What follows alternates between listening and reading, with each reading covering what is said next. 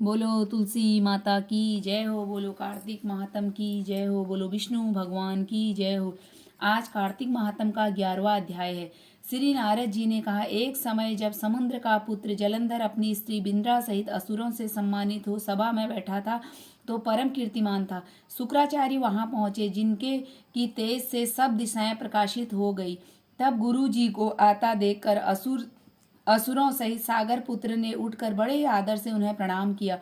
तेजस्वी भृगु जी ने सबको आशीर्वाद दिया। फिर उनको एक दिव्य आसन पर बैठाकर सब दैत्य भी यथा स्थान बैठ गए और सागर पुत्र से नम्रता से यह प्रश्न किया, हे गुरु जी, राहु का सिर किसने काटा था? आप हमें यह बतलाइए। इस पर शुक्राचार्य जी ने विरोचन पुत्र हिरण्याकशिपु और उसके धर्मात्मा पौत्र का परिचय देकर देवताओं और असुरों का समुद्र मंथन की संक्षेप में सब कथा कह कर यह बतलाया कि जब समुद्र से अमृत निकला था तो उसे देव रूप से राहु पीने लगा। इस पर इंद्र ने के पक्षपाती भगवान विष्णु ने राहु का सिर काट डाला। यह सुनने के साथ ही जलंधर के नेत्र लाल हो गए और उसने बड़ा क्रोध किया। फिर अपने धस्मर नामक दूत को बुलाकर गुरु का कहा हुआ सब वृतांत सुनाया और उसे यह आज्ञा दी, तुम शीघ्र ही इंद्रपुरी में जाकर इंद्र को मेरी शरण में लाओ। धस्मर जलंधर का बड़ा निपुण दूत था। वह शीघ्र ही इंद्र की सूर्धमा नामक सभा में जा पहुंचा और जलंधर के शब्दों में कहा, हे देवोत्तम, तुमने समुद्र को क्यों मथा और मेरे पिता के सब रत्नों को क्यों ले लिया? ऐसा करके तुमने अच्छा नहीं किया। यदि तू अपना भला चाहता है तो उन सब रत्नों सहित देवताओं के साथ मेरी शरण में आ, अन्यथा हे सुराधम, मैं सत्य कहता हूँ कि तेरा राज्य ध्वंस हो जाएगा। इस पर इंद्र बहुत विस्मित हुआ और कहने लगा, पहले सागर ने मेरे भय से सब पर्वतों को अपनी कुर्सी में क्यों लिया?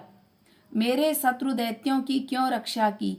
इसी कारण से मैंने उनके सब रत्न हरण कर लिए। मैं सत्य कहता हूँ कि मेरा द्रोही सुखी नहीं रह सकता है। इंद्र की बात सुनकर दूत शीघ्र ही जलंधर के पास आया और सब बातें उसे कह सुनाई, जिन्हें सुनते ही वह दैत्य क्रोध के मारे अपने होठों को काटने लगा और देवताओं को जीतने के लिए उसने उद्योग प्रारंभ कर दिया।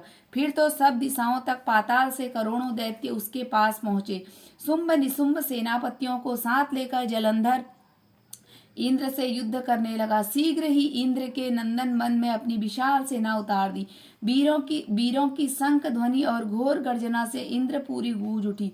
अमरावती छोड़ देवता उनसे युद्ध करके चले। भयानक मार काट हुई। दोनों पक्षों के आचार्य अपने अपने मृतकों को जिलाने लगे। असुरों के आचार्य गुरु शुक्र अपनी मृत संजीवनी विद्या से और देव गुरु बृहस्पति द्रोणगिरी से औषधि लाकर मुर्दों को जिलाते रहे। इस पर जलंधर ने अपने गुरु शुक्राचार्य जी से क्रुद्ध होकर कहा, मेरे हाथ से मरे हुए देवता कैसे जीते हैं?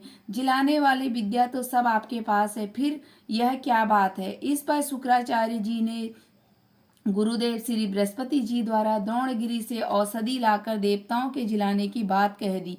यह सुनकर जलंधर और क्रुद्ध हो गया। श्री शुक्राचार्य जी ने कहा, क्रुद्ध क्यों होते हो? यदि शक्ति हो तो द्रोणगिरी पर्वत को उखाड़ कर समुद्र में फेंक दो, तब मेरे कथन की सत्यता प्रमाणित हो जाएगी। इस पर जलंधर क्रुद्ध होकर शीघ्र ही द्रोणागिरी पर्वत के पास जा पहुंचा और अपनी भुजाओं द्वारा उसे जड़ से उखाड़ कर समुद्र में फेंक दिया। वह भगवान शंकर का तेज था, जिसमें जलंधर की कोई विचित्रता नहीं थी। पश्चात वह सागर पुत्र युद्ध भूमि में आकर बड़े वेग से देवताओं का संहार करने लगा। बृहस्पति औषधि लेने के लिए द्रोणगिरी पर्वत पहुंचे और द्रोणगिरी की जगह वहां पर उन्होंने सूना मैदान मिला।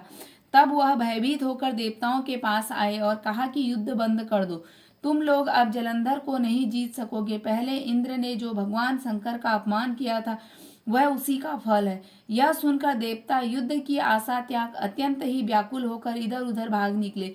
सिंधु सूत निर्भय होकर अमरावती में प्रविष्ट हो गया। इंद्र आदि सब देवताओं ने गुफाओं में शरण ली। वर्षा आरंभ होने आज की कथा यहीं पर पूर्ण हुई। बोलो कार्तिक महात्म की जय हो, बोलो विष्णु भगवान की जय हो।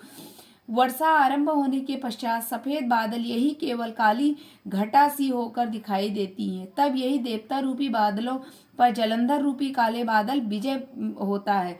वहाँ कवि ने ऐसी अलंकारिक भाषा में वर्षा ऋतु का वर्णन किया जिसे सुनकर संसार के बड़े बड़े वैज्ञानिक भी चकित हुए बिना नहीं रहते।